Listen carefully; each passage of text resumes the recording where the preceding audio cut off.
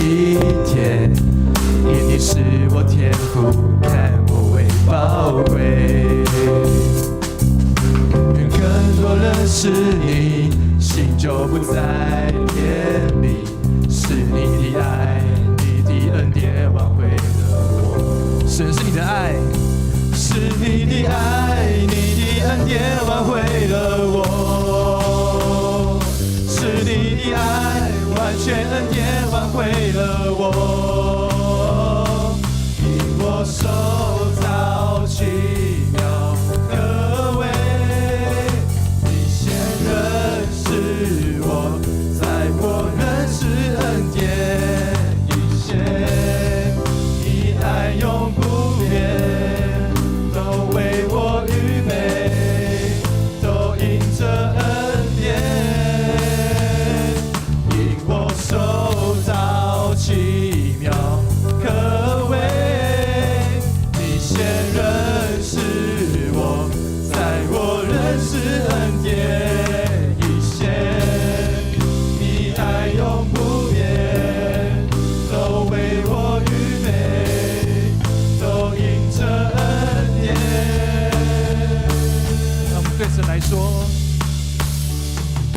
我属于你，永不分离。我属于你，在你怀里盼望自由，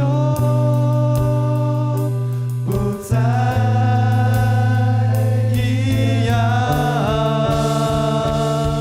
我属于你，永不分离。我属于你，在你怀里盼望自由，不再一样。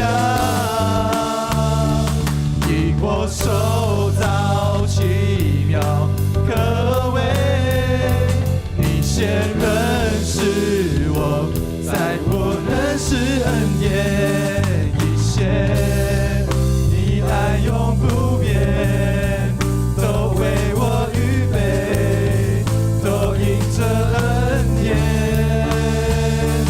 因我受造奇妙可畏，你先认识我，在我认识恩典以前，你爱永不变，都为我预备，都因着恩典。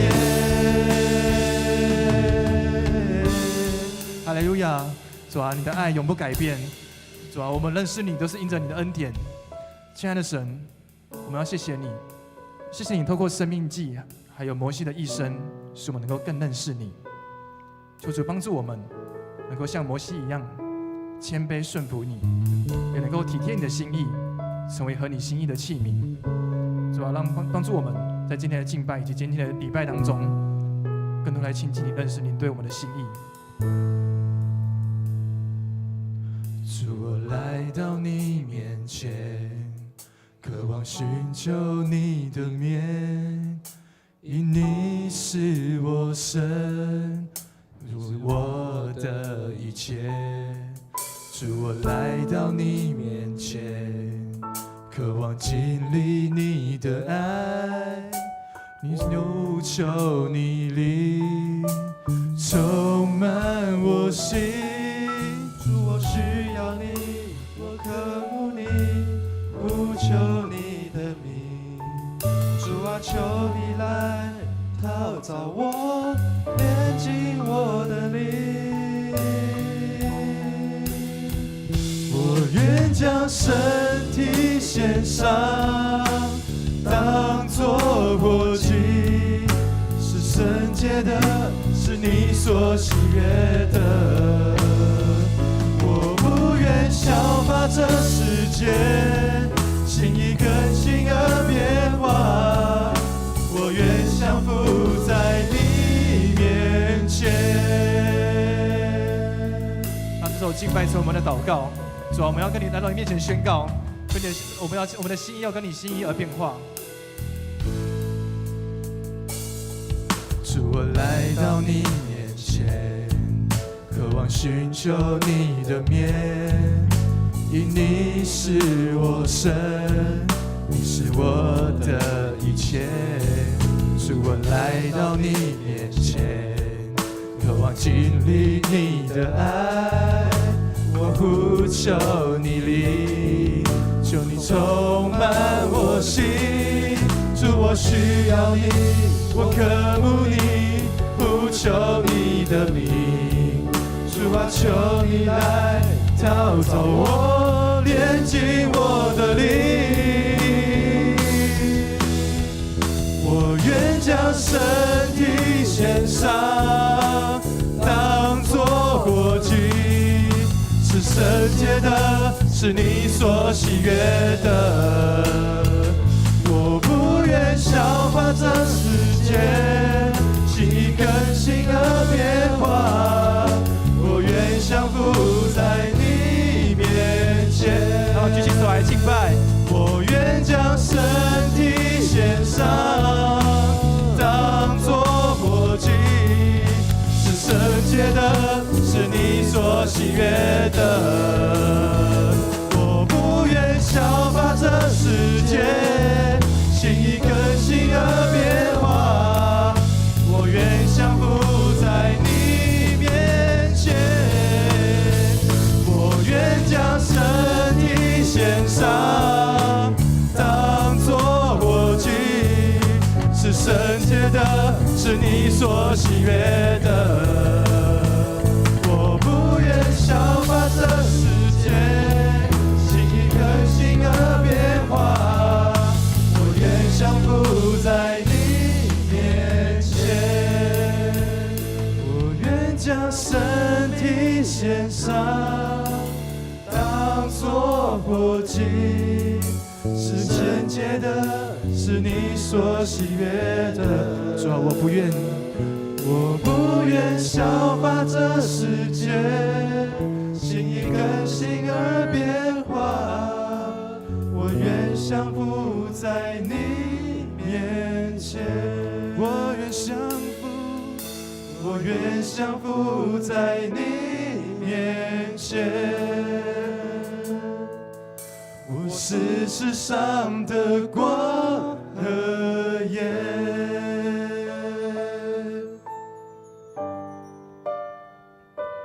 我要看见，我要看见，如同摩西看见你的荣耀。我要看见，我要看见，这时代要看见你荣耀。我要看见，我要看见，如同摩西看见你的荣耀。我要看见，我要看见，这时代要看见你荣耀。是的，主，这时代要看见你的荣耀。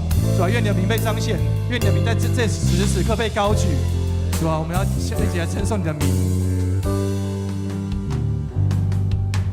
求你降下同在，在你赐名的敬拜中。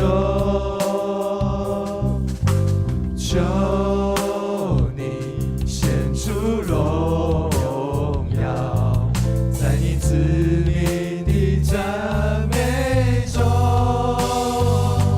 我要看见，我要看见，如同摩西看见你的荣耀。我要看见，我要看见，这时代要看见你荣耀。我要看见，我要看见，见，如同摩西看见你的荣耀。我要看见，我要看见，这时代要看见你荣耀。我们呼求你的名，求你恩待我们。我们宣告你的名，求你怜悯我们。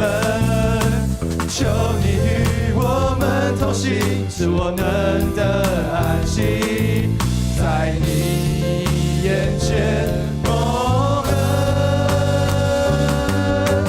我们呼求你的名，求你恩待我们。我们宣告你的名，求你怜悯我们。求你与我们同行，使我们得安息，在你眼前蒙恩。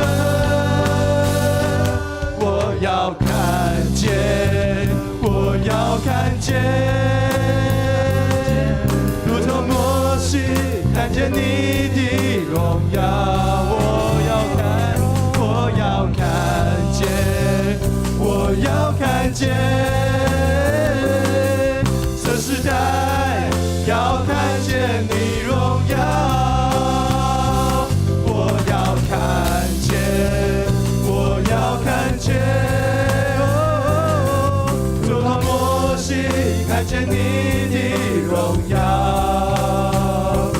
我要看见，我要看见，这时代要看见你荣耀。这时代要看见你荣耀。这时代要看见你荣耀。哈利路亚！天父上帝，我们赞美你的名，因为你创造我们，你也带领我们来到你的施恩宝座前。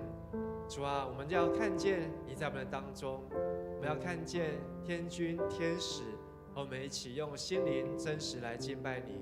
主啊，我们要看见你的旨意要来成就，我们要来看见上帝你的国要降临。主啊，在接下来日子当中，求你继续带领我们的脚步，在新的一年，在新的日子，主啊，求你也与我们同在。虽然我们的信心像芥菜种一样，但是这样的看见将来要成为大树，这样的看见将来要成为上帝你的国度。主啊，愿上帝的话语成就一举在我们每一个儿女弟兄姐妹的身上。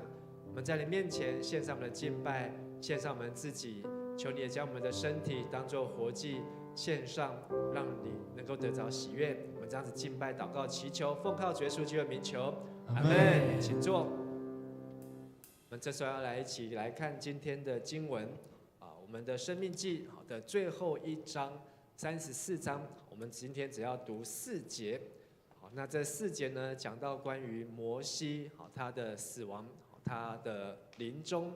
我们一起来读生命记34章1到4节起。摩西从摩押平原登尼波山，上了那与耶利哥相对的毕斯加山顶。耶和华把基列全地直到但，拿佛他利全地，以法莲、马拿西的地，犹大全地直到西海，南地和中树城耶利哥的平原，直到索尔，都指给他看。耶和华对他说：“这就是我向亚伯拉罕、以撒、雅各起誓应许之地，说我必将这地赐给你的后裔。现在我使你眼睛看见了，你却不得过到那里去。”在这个经文当中，摩西他看见了迦南地，但是上帝对他说，他可以看见，但是不能够过去。为什么摩西不能够过去呢？是因为摩西在旷野的时候，他没有把当得的荣耀来归给神所以呢，以至于他得罪了神。还有这些的以色列人呢，他们在旷野当中埋怨神，以至于他们在旷野当中都倒在那里进不去。今天牧师要跟大家分享《申命记》最后一章的信息，我把它取名叫做“当耶稣进入麦当劳”。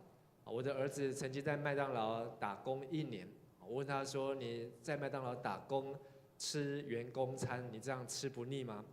他说他吃不腻，他说他可以每天都吃麦当劳。在很多的年轻人来讲，吃麦当劳好像就是来到了迦南地，好像到了应许地，就是人间的美味啊。事实上呢，我也很喜欢吃麦当劳，但是呢，因为每次去都要排队，所以我还是吃卤肉饭就好。但是呢，耶稣进到麦当劳，是什么样的画面呢？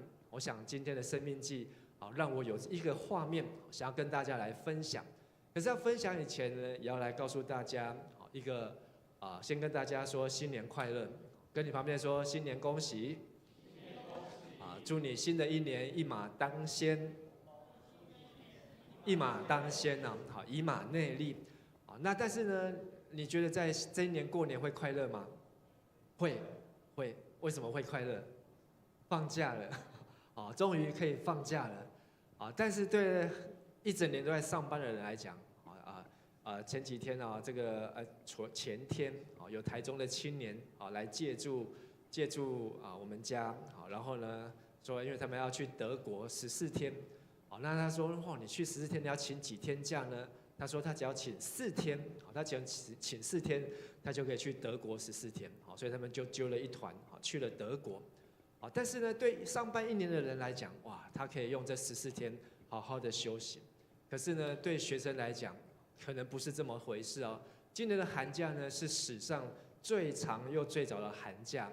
有的学校呢，寒假放的几天？65天，比暑假还要长。暑假从7月1号放到8月31号，加起来也不过62天。可是呢，今年的寒假呢，有的学校呢放了65天，少的话呢，也有放了40天。你觉得放得开心还是不开心？超开心，放到爆。可是呢，如果这65天当中，如果没有规划、没有计划，你可能越放怎样？越无聊，越放呢越迷茫，不知道每一天要做什么事情。但是呢，要告诉大家一个残酷的事实，有的人过年了，新年快乐，可是呢，对学生来讲，你的寒假呢倒数几天呢？剩下8天哦，好，从明天开始，再8天就要开学了。跟你旁边说，再8天就要开学了。多还是少？8天，其实很快但是呢，这8天，我相信，希望透过牧师今天晚上的分享，可以让你在这8天，你还可以做一些不错的事情，有一些给你不错的参考和选择。希望呢，你可以利用这寒假的最后这8天，可以换来今年不管是40天、50天、60天的寒假呢，你都能够得到一个上帝的祝福。为什么耶稣要进入麦当劳呢？因为麦当劳代表了现代人的饮食习惯，就是快、很准。我想要什么很清楚，而且呢，点餐的时候呢，现在呢，以前要排队，现在有这个机器可以点餐。现在手机拿起来可以点餐，现在可以用送的，所以呢，你要吃麦当劳，真的是非常的方便，而且也不用洗碗，也不用制造也不用制造很多的垃圾。麦当劳真的是符合现代人的饮食习惯，可是麦当劳呢，其实也反映了我们信仰上面的一种心态，叫做素食心态。跟你旁边说素食心态。就是我们信耶稣，也想要去麦当劳一样，能够精准，也能够快，能够在那边不用拖泥带水，在那边我能够做我想要做的事情，我要在那边滑手机啊，我在那边聊天啊，能够满足自己。这是我们现代人信仰。但是呢，如果有一天，当你去麦当劳坐下来，进去坐在那个麦当劳当中，坐下来之后呢，你对面来一个人坐下来，坐在你的面前。那个人呢，就是耶稣。你论，哎呀，耶稣也进来了麦当劳，他坐在你的对面，坐在你的面前的时候，他问你说：“哎，年轻人，你寒假过得如何？”你会怎么回答耶稣呢？你会怎么告诉他你今年的寒假过得如何呢？你觉得当耶稣在麦当劳遇见你的时候，他对你说的第一句话会是什么呢？今天牧师要透过摩西，他在世上的最后一天，其实在这世上的最后一周，他写下了，带领大家读了这个生命记，这是摩西120岁。可是在他来到这世上的最后一天呢，上帝把他带到了这座山，叫做尼波山。好，请说一次，尼波山。在这山呢，对面的前面就是约旦河，约旦河的过去呢就是迦南地，甚至呢，他的圣经说他到了120岁，眼睛没有昏花，没有因为滑太多的手机呢青光眼或是白内障。然后他也没有近视，而他能够看到了全地的壮丽，从基列一直到但，就是从迦南地的核心一直到最北边的黑门山，甚至还看到西边的海，就是地中海。这一张呢已经是尼波山上，大概我可以在网络上面找到天气最好、看得最远的照片。你只看到前面的一团的雾蒙蒙，可是圣经里面说，在他世上的最后一天，神把他带到尼波山上去，让他在山上呢，不仅看到了这个但黄区的迦南地，还看到迦南地的最北边，还看到迦南地的最后面，就是看到西海，就是地中海区。哇，有可能吗？但是摩西他看见了，而在他看见的那一天，上帝告诉摩西说：“你不能够进去，因为呢，这块地是上帝要赐给你们的后裔，但是你不能进去，因为他在米利巴水的时候得罪了神，没有遵行神的话，所以他必须要死在旷野。可是上帝还是很恩待他，让他看见了。我要跟大家来分享的就是摩西，他进入迦南地前，好像耶稣进入了麦当劳，而这样子的感动呢，这样子的画面呢，对摩西来讲，他看到的感动不是速度，是高度。好，请大家说一次。其实这趟路呢，《生命记》告诉我们说，只要11天，可是呢，他们走了40年，是11天的好几百倍。他们花了这么长的时间，如果上帝要快的话，白天有云柱，晚上有火柱，可是呢，他们却花了40年。因为百姓犯罪得罪神，其实摩西他也知道他进不去了。如果我是摩西，我已经知道今天是我最后一天了。上帝还叫我去山上，我已经120岁，我可能懒得爬了。我可能会跟上帝说：“啊，上帝啊，不用叫我上去了，我可不可以让我现在就摆烂一下？好，我已经服侍你这么辛苦了，还要叫我爬到山上去呢？或是说，哎，这个寒假我已经过得够废了，好，还剩下8天。”我不能够继续再废下去吗？可是呢，信仰的高度决定你人生的态度。好，请说一次：信仰的高度决定我人生的态度。决定我人生的态度。寒假的最后一个礼拜，不是在等开学，寒假的最后一个礼拜是在预备你在新的学期当中有更大的爆发力和突破。你知道那些 NBA 好春训。大联盟要开始集训的时候，他们在季后赛比完之后，哇，他们会去 happy 可以 happy 多久？大概2天、3天、1个礼拜。可是他们就要开始密集的训练，为的是什么？迎接新的一个球季、一个季赛的开始。同样，你的学习、你的学期、你的工作，这8天，你可能想说，我一定要好好的每天睡到自然醒。这8天好，我一定要在过年的9天好，我一定每天好都要玩到半夜才要回家，好，甚至不回家。可是如果你没有一个态度，你没有一个高度，你可能只是一下子就过去了，而你可能会像以色列人一样，花了更长的时间才能够达到原来一开始设定的目标。而信仰不是速食，是主食。请说一次。信仰不是素食，是主食。你要吃麦当劳啊，允琪很会做麦当劳，那他说他做这个鸡块好跟炸薯条好跟汉堡好，他已经训练到速度非常的快。但是呢，麦当劳提供我们非常快就可以拿到食物，好，你不用还要去买米、再洗米、再切菜，好，它可以把这些的配料，好，非常的精准，好，然后从箱子拿出来，好，烤箱设几分钟几度，一下，好，马上就端上桌，哇，你就可以马上那边吃，好，都不用浪费时间等待。但是信仰不是像这个素食店一样，今天我要成为小组长，按一下，噔，下学期一到我就成为小组长。我下学期的目标，要成为一位可以上台带领敬拜的 leader， 然后按一下点菜单点一点，噔就自动成为一个敬拜的 leader。我们的祷告不是像我们在滑手机，滑，然后呢看个短片，哇，我就知道了，我就会了。他们要进入这个迦南地，花了多久的时间呢？这个时间你从摩西往前倒推，一直倒推到亚伯拉罕，总共有430年。好，请大家说一次，几年？刚才说他们走了几天？本来11天，走了几年？40年。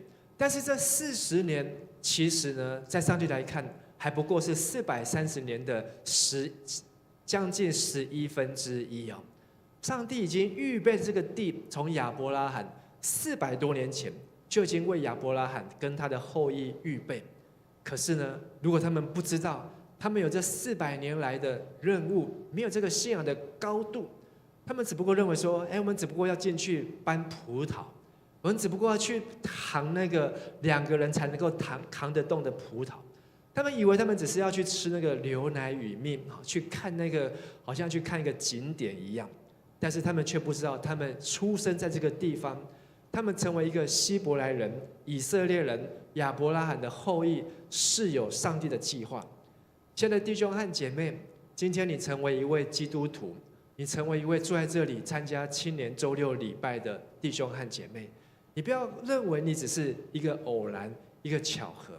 或许在40年前，或许在400年前，你的上一代、你的祖先，其实可能就已经为你上帝已经开始在谱写这一段的故事，所以你的信仰不是片段，要成为一个完整的。好，跟你旁边说，我们的信仰要有完整的故事，我们的信仰要有完整的故事。麦当劳我最不喜欢吃的就是苹果派，你们喜欢吃吗？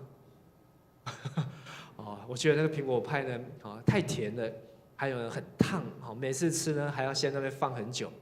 可是呢，吃这个苹果派呢，如果你吃素食，你只看到苹果派，看不到整颗的苹果。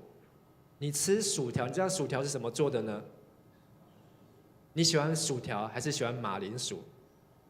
薯条我们家的小孩都超喜欢薯条，给他马铃薯他不会喜欢，可是给他薯条他会喜欢。信仰的片段就是你只看到那个精致的部分做出来的地方，可是那个原始、那个马铃薯、那个苹果，上帝所创造原来的样子，你却不喜爱，你却不喜欢。这是我们在信仰上面一个很残酷的事实。最后，信仰不是速读，是精读。请说一次，信仰不是速读，是精读。在我身上有2张麦当劳的这个利器，你知道是什么东西吗？这个是什么？点点卡。这个呢可以做什么用？集点。你只要去麦当劳用这个买，他就会帮你集点，30块就可以集1点。所以我记得有一年呢，哇，集了600多点，600多点，然后我们就全家买那个全家餐，吃得很开心。这是什么卡？甜心卡。我在帮他广告，买 A 可以送 B， 我也很喜欢。所以呢每次就买5张，让我们全家1人发1张。结果呢每次都只有我在用，所以我发现只要买1张就好了。因为他们也不想要花钱，都要花我的钱。可是呢，我要吃麦当劳都有一个条件，就是呢有优惠的时候，我才想要去买。如果没有优惠的话呢，我不太想要去买，因为觉得明明就可以更便宜的优惠，你要多花这些钱，有点浪费。有时候我们的信仰呢，会有点像我这样的心态。哎呀，我来教会要有什么好处？可以几点，我才要做这个事情？我要写这个灵修笔记，那我就要买 A 怎样？就要 A 餐就要送 B 餐，我一定呢要有什么礼物，一定要什么样子的好处，那我才要开始做这件事情。这是我们在现代商业的模式。可是呢，信仰不是速读，而是精读，就是你要把上帝呢，他的故事，把上帝呢他的血泪史，能够一字一句的记下来。所以这3件事情，请大家再来复习一次。第一个，信仰不是速度，是高度；第二，信仰不是速食，是主食；第三，信仰不是速读，是精读。在尼波山上，摩西在那个地方代表的意义呢，可以用这张图片。这张图片呢，就是你去了，如果你今天去了现在的圣地这个约旦的尼波山上，在那个山上呢，你会看到这个东西是什么东西？有人说十字架，但不是十字架，这是什么呢？铜蛇，跟一个杖。那这个是在民数记里面的故事。就是呢，有那群百姓在旷野背逆神，然后呢，他们呢甚至想要推翻摩西这个领袖的时候呢，上帝呢就让毒蛇进入到百姓当中，被毒蛇咬的人呢，通通都倒下去，而且呢，很快毒性就发作，哇，在旷野就快要死了。然后上帝还告诉摩西，他只要留摩西跟摩西的后裔，连甚至摩西的哥哥亚伦，他的姐姐米利暗。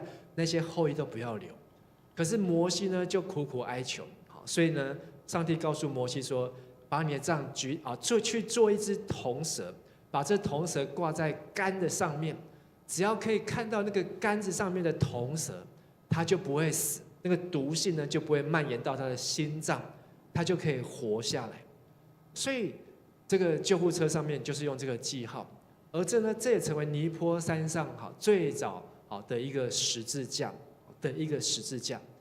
信仰最重要的地方就是在于这个十字架。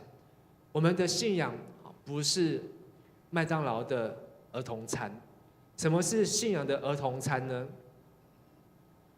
你有没有吃过儿童餐？几岁的时候？国小的时候。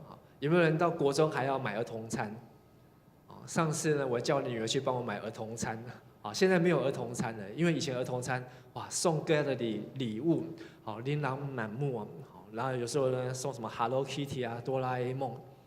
信仰的儿童餐，你是为了薯条还是为了玩具？是为了玩具，你不是为了薯条。所以上次我叫允田去帮我买，就是我要想那个玩具，说薯条奶昔给你，那个玩具给我，结果呢奶昔他也吃了。玩具呢，他也拿去了，我什么都没有，不过他开心就好。信仰的儿童餐，就好像是让小孩子能够感受到开心，但是是为了正品。有时候呢，我们的正品是什么呢？想要考试有好的成绩。我们的正品呢，是想要能够暗恋的人他也能够喜欢我。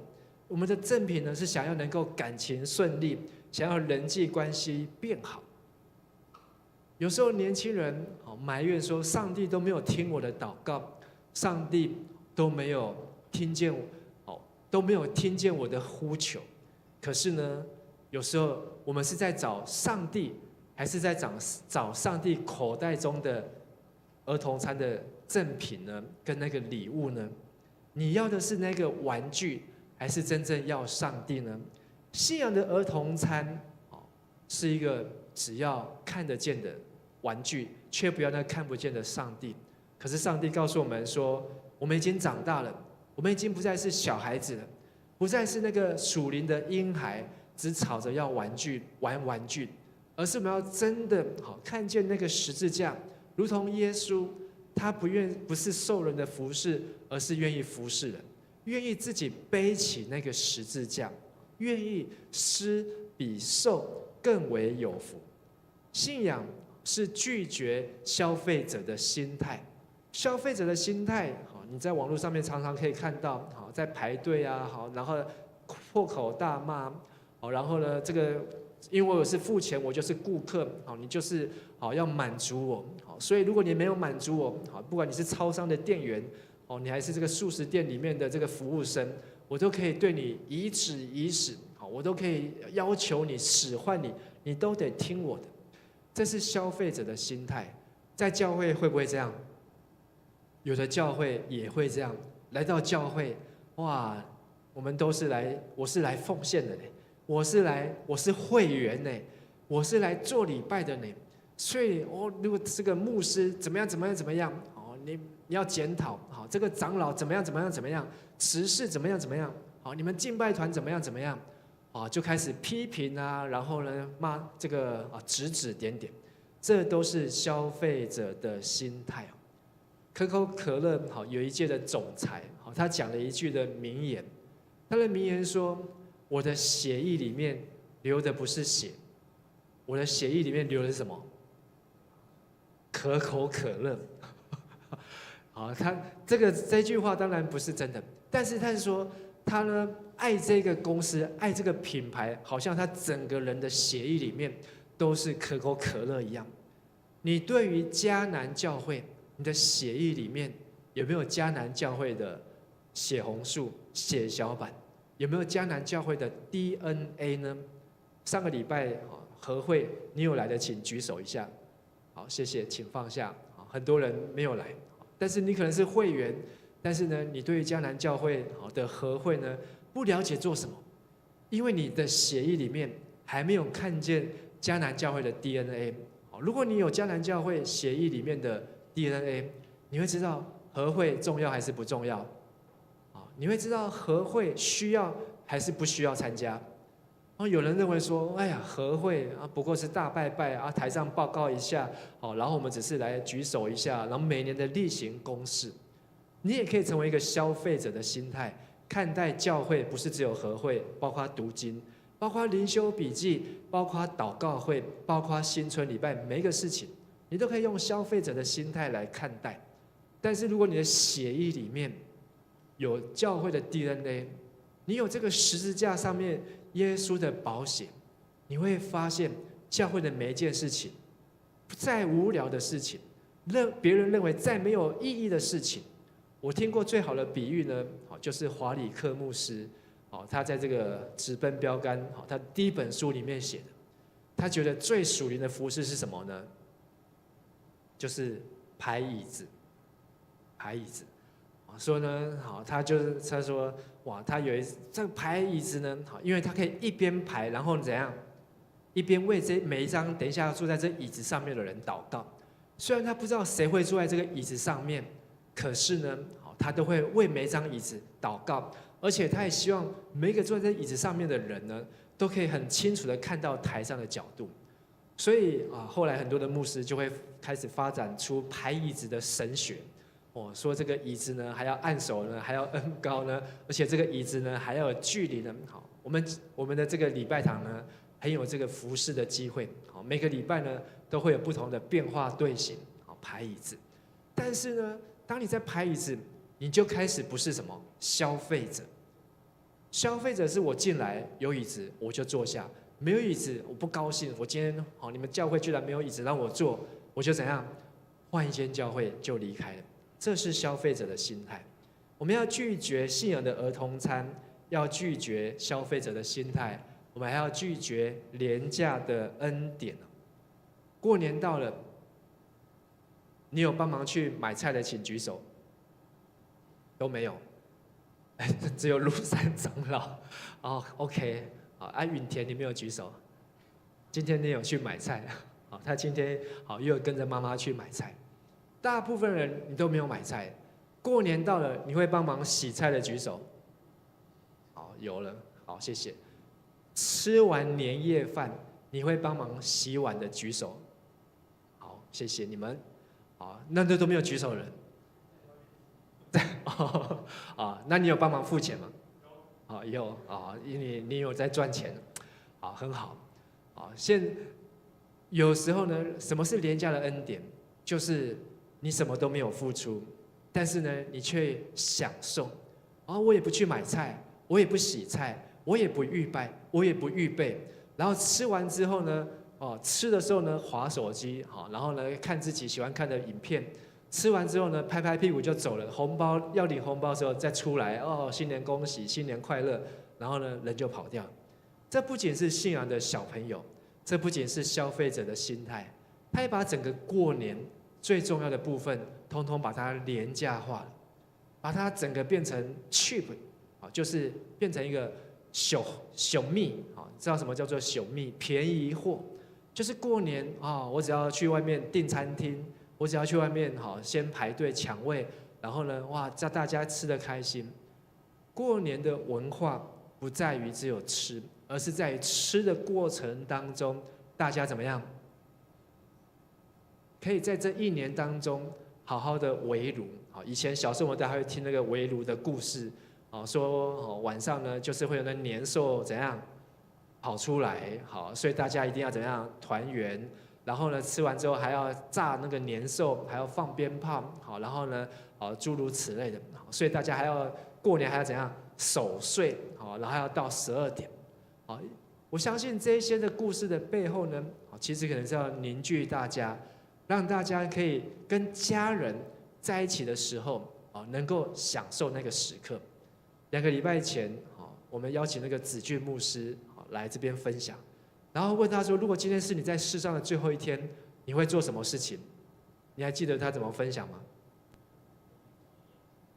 那个是约翰卫斯理。约翰卫斯理说跟平常一样，他想到的是他要赶快陪他的家人当然是陪他的老婆啊，陪他的3个小孩啊。很多时候我们可能在忙我们人生世上各样的忙碌的事情，可是呢，却会把家人放到最后。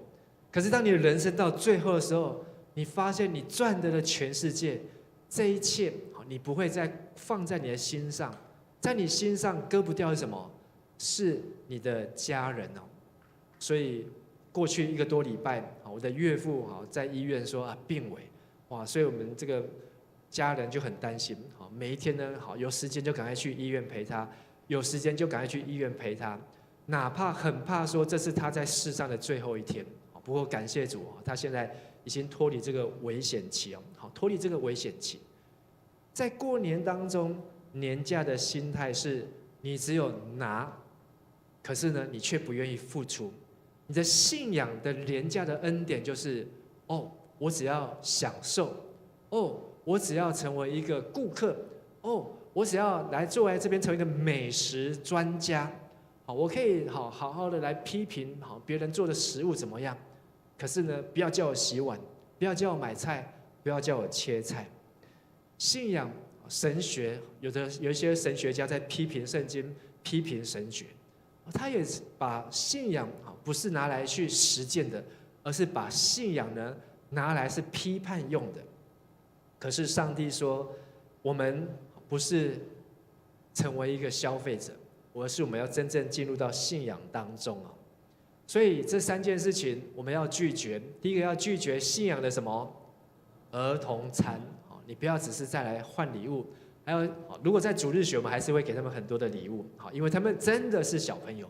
可是当你开始离主日学越来越远的时候，你的心态上面不要再只是为了要拿到礼物、交换礼物、换到什么礼物，而是你要施比受更有福。第二个，你要拒绝什么心态？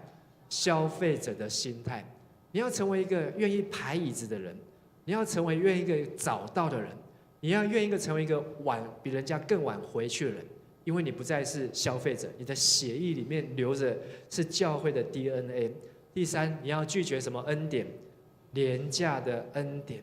你不要成为那个只是速成的、速食的，只是这个好像整个寒假在摆烂一样，而不是积极的。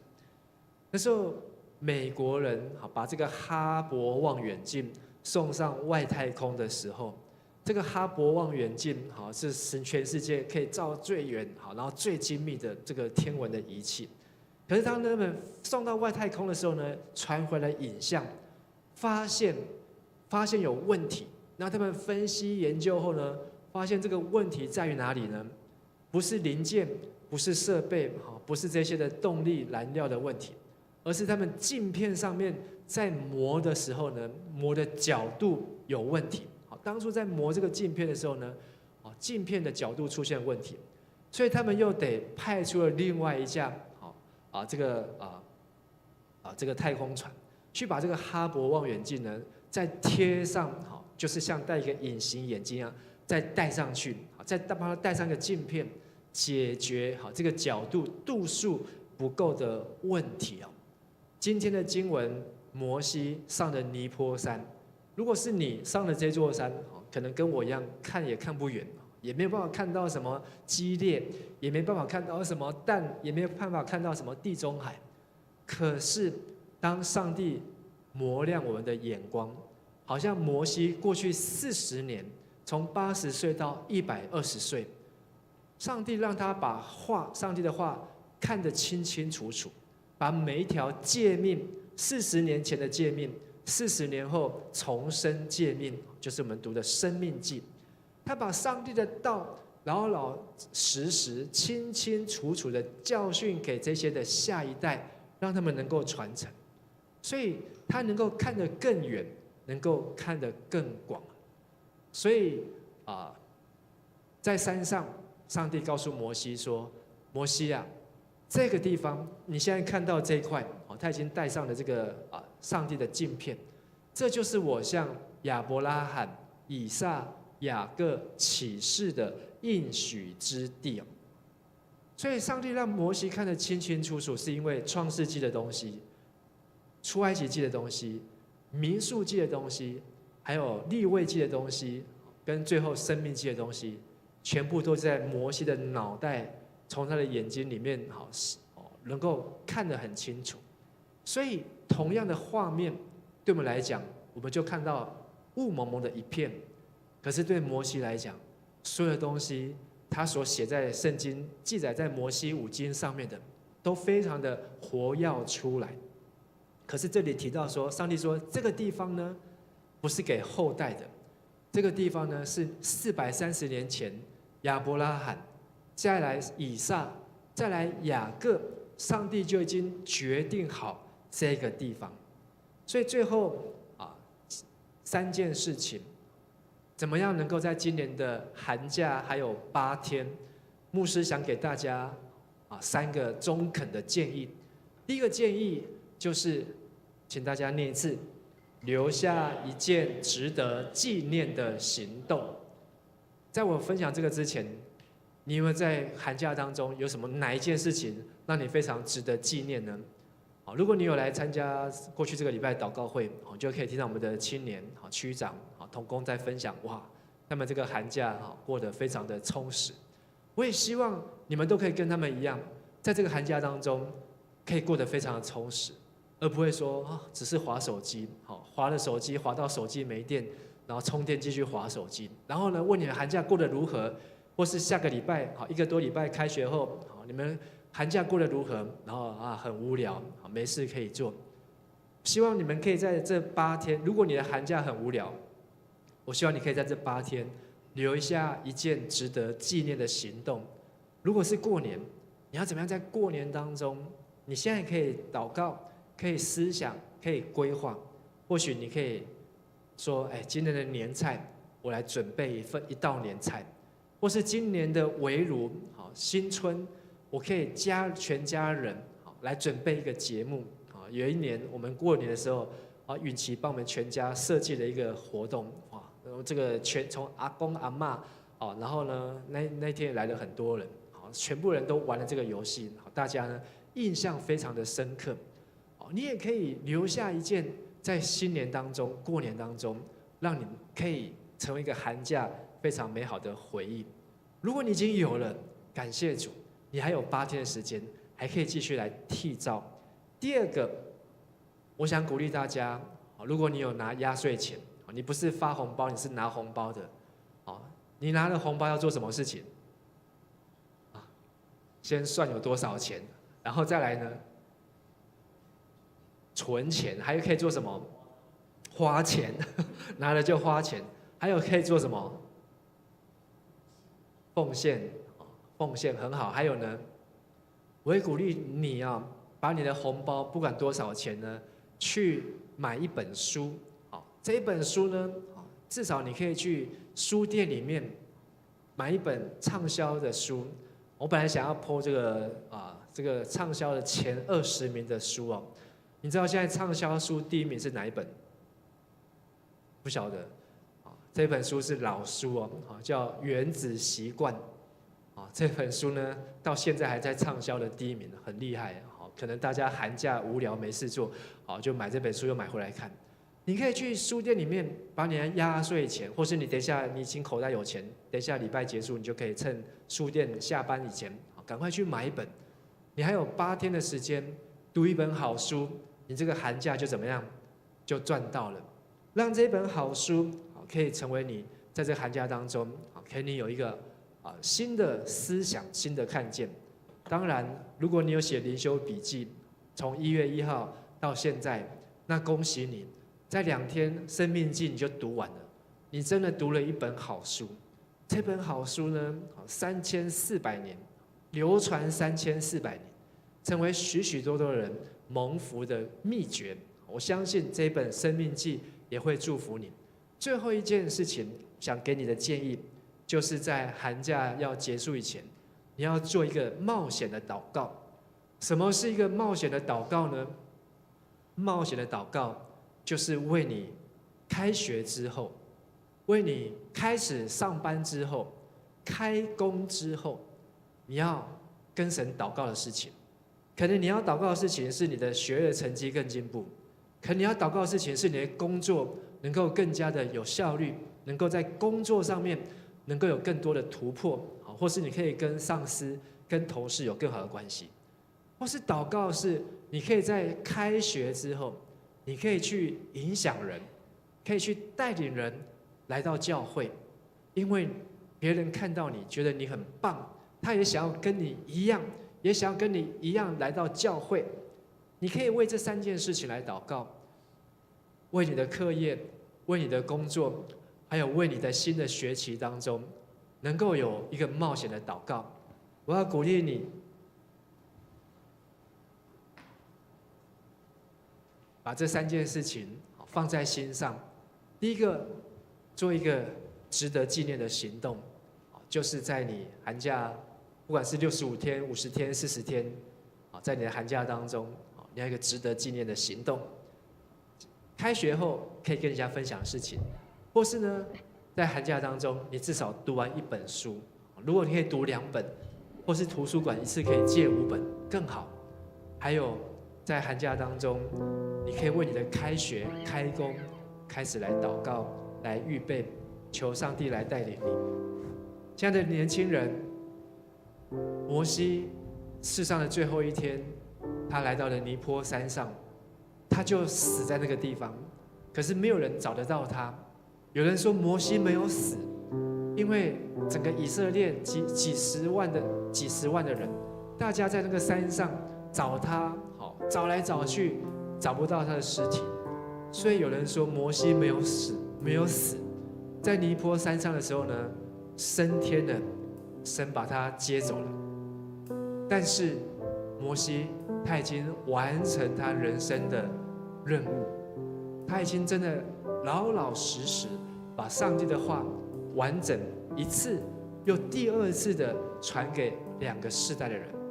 今天我们也要传承，因为上帝说这个迦南教会，这个应许之地是给亚伯拉罕、以撒、雅各一代一代传承下去的。今天你不是来这边成为一个消费者，你不是来这边享受过去前人的资源，而是你要把这样的 DNA 住在你自己的血液当中，而是你要把这样的信仰转化成你自己的生命。你要起来服侍，要起来承接。如果没有人要起来承接，没有人要起来服侍，再多的椅子，再大的会堂，这些都是虚假的。只有当一群愿意的人，愿意为主摆上的人，才能够真正彰显上帝的荣耀。求上帝让我们帮助我们看见，如同摩西看见，让我们能够放下那素食的信仰、廉价的恩典，让我们放弃这一些想要一日求洁净的这些信仰的道路，而是能够真正一点一滴、一步一脚印的把神的话每一天、每一字、每一句都能够牢牢的放在我们的心中。请我们大家一起起立，我们一起来唱这首诗歌。我要看见，当摩西看见，像摩西一样看见神荣耀的殿，看见神所应许那流奶与蜜之地。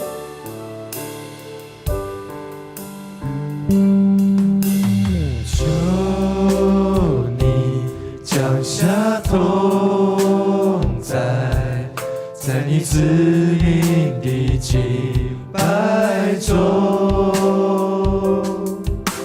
求你显出荣耀，在你子民的赞美中，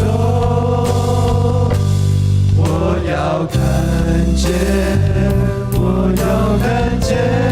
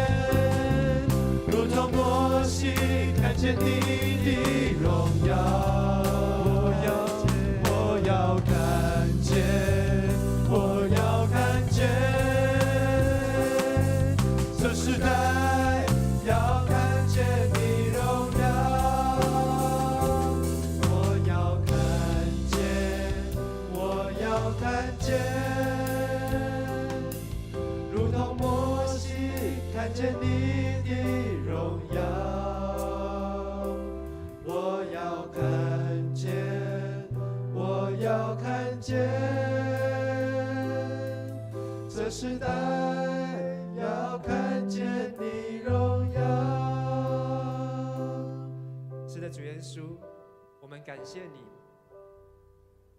因为你不是只有带我们进入迦南美地，你也陪我们进入麦当劳，陪我们进入肯德基，陪我们进入我们的校园，陪我们进入我们的职场。你愿意在我们的平凡的生活当中与我们一起坐下来。主啊，我们要为我们过去的日子当中没有尽心尽力爱主，我们的懒散，我们的偷懒，求你饶恕我们。更有的时候，我们把你在十字架上的宝血、宝贵的恩典，当成廉价的素食，当成廉价的礼物。我们只想要得到你口袋里面的礼物，却不想要得到你，不想要得到主耶稣。主啊，求你再次重新校正我们的眼光，让我们能够清楚看见，在那开学之后，你为我们放在前面那美好的道路，让我们能够尽心竭力来奔跑，而不是逃避，而不是拒绝，而不是躲避。特别在新的学期、新的开始，在新春过后，我们能够利用这8天的时间，让自己能够充饱电，让我们对你的话，让我们借着祷告，让我们借着信心，让我们与家人有非常美好的团聚和关系，让我们能够彼此的服侍，让我们能够照顾我们的长辈，孝敬我们的父母，能够陪伴我们的家人，也让我们有更多安静的时间，在清晨，在夜晚来读你的话，来聆听你的话语，也让我们能够在这一年当中，我们真的是预备蒙福的一群，我们真的是已经预备好要进入那流奶与蜜的一群，让我们的血液里面所流的，不是只有可乐，不是只有雪碧，而是有耶稣基督的宝血，有耶稣你的 DNA 在我们的里面，有耶稣你的话在我们的里面，有你的十字架在我们的里面，让我们愿意更多的服侍，让我们愿意接受装备。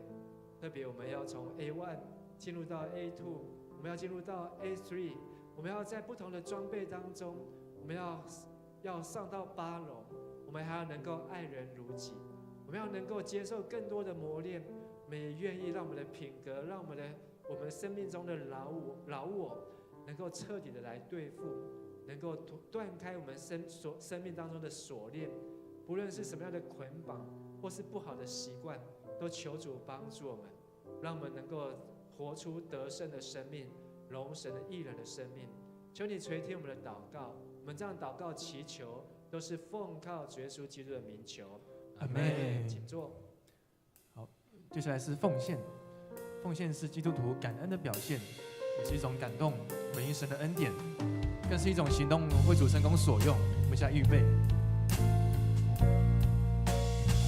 献上我生命为你所有，我所有一切为你所赐，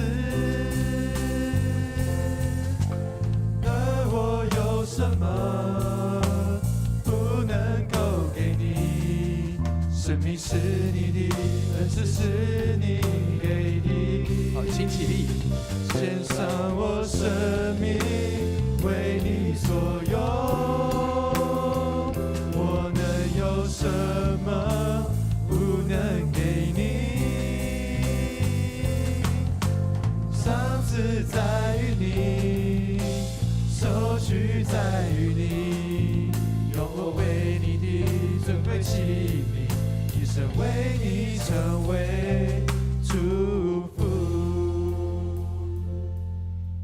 主耶稣，谢谢你让我们今天能够平安的来到这里听你的话语，求你帮助我们可以用好的态度与高度来度过寒假的最后一个礼拜，让我们来教会不是以消费者的心态，而是因为我们的血液里有教会的 DNA。 我们献上我们金钱、才能与时间为你的圣工所用，求主悦纳。我们奉靠主耶稣的名祷告，阿们。阿们。好，让我们持续站立，一起用这首诗歌将我们的赞美、将我们的荣耀都归给神。让我们从副歌来唱。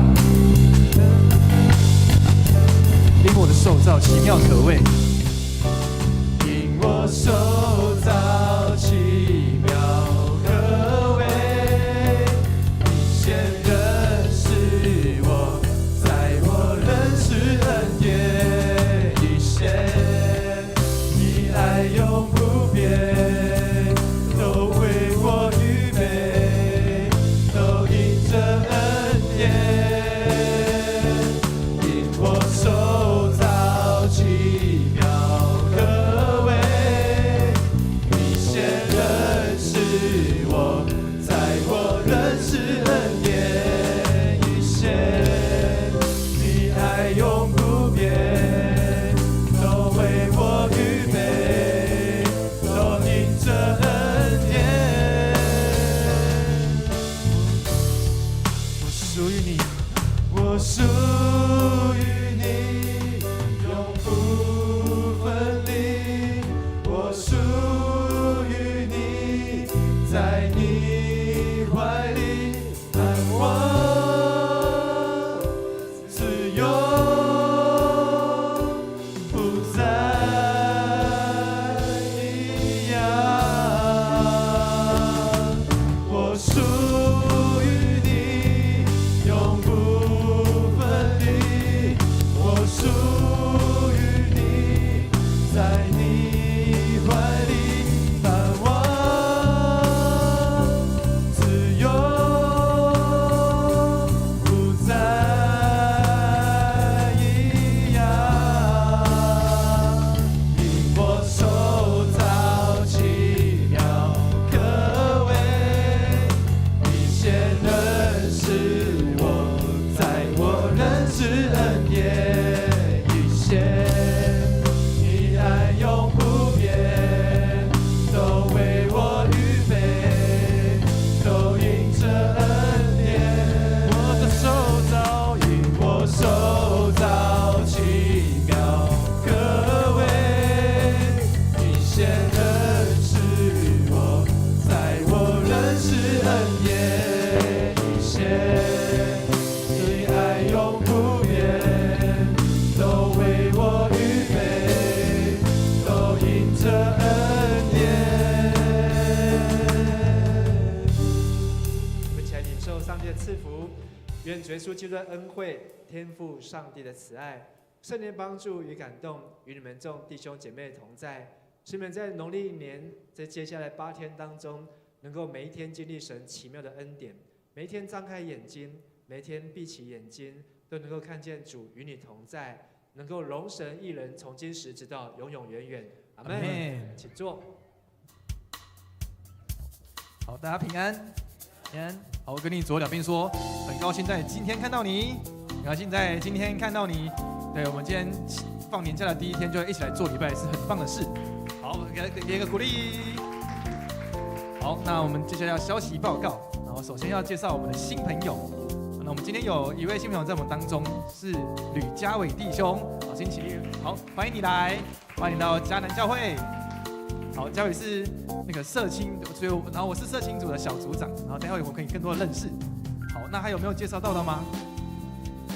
好，欢迎大家。好，那接下来消息报告。那第一个是本会的报告，然后是新春称谢礼拜，就是在大年初一2月17号，然后它是星期二的，我们早上9点半，那会在49号2楼进行。那当天只有一场礼拜，然后叫做新春称谢礼拜。那就是欢迎大家能够这邀请家人们能够一起在新春的时刻一起来领受这个祝福，然后出入平安。好，在第二个有免费的2手书在本堂1楼，然后有免费2手书可以去看看。第三个，然后在3月8号星期天的主日，我们会举行第2次的圣礼典，然后预受洗者包含成人洗礼、经信礼或是信仰告白，还有小额洗礼，请在本主日，就是明天之前向区长或小组长报名。那有个提醒，就是要进行成人洗礼跟经信礼的，要先完成 A1 的课程。那这个课程也可以跟我们的区长或者小组长说明，或是更多的讨论。好，再来是财务部的报告，然后就是会有个人报税的扣抵，就是在2月22号前完成申请。然后还有一个那个书面的表单，在那个49号的干事室，都可以去问干事，或者去找那个表单的那个抽屉。再来是总务部，然后爱餐暂停的那个资讯，明天就是本主日还有那个下主日2月22号年初6，是这2周的那个爱餐是暂停的，就是请弟兄姐妹留意。好，再来是敬拜部，敬拜部有一个新开的课程是台语罗马字班。那就是可以大家可以看那个周报或是那个电子档的周报的第2页，它就是有教大家，就是说中英长老会一步一步的让你去认识怎么发音，然后要怎么去看那个罗马字，罗马的那个读音，然后慢慢带你可以学会读圣经，所以就是请弟兄姐妹踊跃报名跟参加。好，这里是敬拜部 WMP， 就是 Worship and Praise 的敬拜赞美祷告会，然后就是在2月25号，就是即将迎来今年的第2场，然后8点在新堂进行，然后就是欢迎敬拜的同工、敬拜团的同工或是其他会友都非常欢迎来参加。然后然后那如果是敬拜团同工的话是7点就是来到这边，然后跟那个周牧师周牧师的团队一起来练习跟一起来研习。好，这也是侍奉部门，好，社区医疗的咨询，然后2月22号这一天的那个医疗咨询是暂停1次，好，请大家留意。好，这也是装备部门，好，今年的装备课程要开课喽。A1、A2 在3月14号星期6开课，然后 A3 在3月16号星期1开课，然后是线上上课。那就是报名可以看公布栏，然后就是跟我们小组长要那个报名链接。那每个阶段的课程的报名费会酌收300元，好，请大家可以就是多一起那个揪团参加。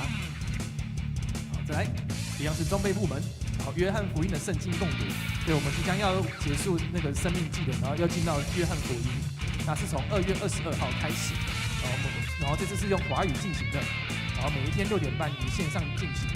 那如果7点之后呢，可以看 YouTube 那个重播，欢迎大家一起来欢迎大家一起来参加。好，再来青年礼拜跟阿卡贝儿童礼拜，然后在2月21号星期6，还有2月28号那个和平纪念日，然后这2个礼拜6是青年礼拜暂停。